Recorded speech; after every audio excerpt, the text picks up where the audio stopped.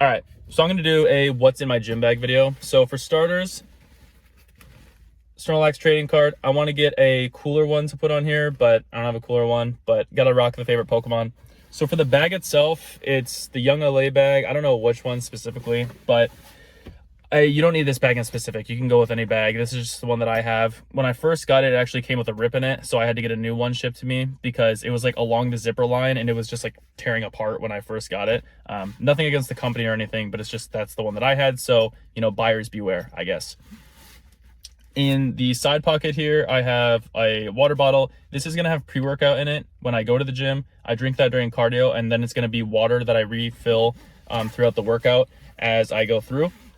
And then in the top compartment here, I have a pack of gum, especially for when you're lifting or, you know, doing cardio. If you kind of get like dehydrated and your mouth gets really dry, having that is kind of nice because it helps with that. And then also I have a pair of Beats here.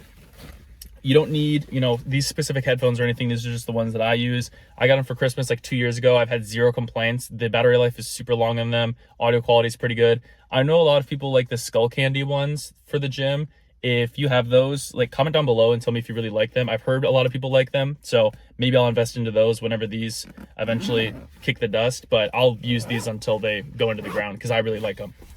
Now, in the main compartment of the bag, we have sweatshirt and sweatpants. This is just what I wore during cardio to warm up, get the blood flow going. And then I was wearing these in the gym. These are Nobles. I don't know the specific one that they are, but it's just a flat sole lifting shoe. You don't need these in specific, but I like to wear them on leg days because I want to be able to squat to pretty decent depth. And so having that bottom sole and that bottom area be flat is helpful for that.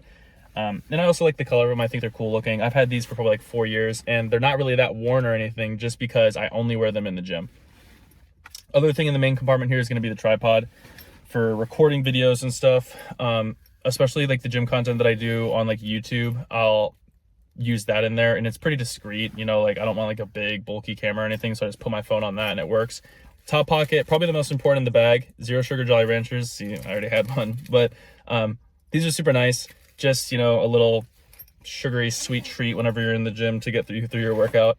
The last two pockets here are going to be lifting straps. I have no affiliation with any brand, so I'm not going to say what brand to buy from. These are just random ones on Amazon. Find the pair that you think is the best for you and your budget and get those. I would highly recommend lifting straps. If there's anything in this bag that I would recommend, it's lifting straps. They're like $5 to $10, super affordable, and they're going to help you on your leg days and your back days especially. Those are the 2 days that I use them, and they help with not having to be limited by my grip strength because my legs and my back are going to be stronger than my forearms. Last pocket here that we have is I have a band for warming up. Again, just super cheap on Amazon. You don't need to get anything like special or anything, but it just helps with warming up, especially for upper body, shoulder mobility stuff. I find that whenever I do a band comparative to just like windmills with my arms, it helps more in terms of like feeling better going into, you know, pushing movements, especially on chest days and stuff like that.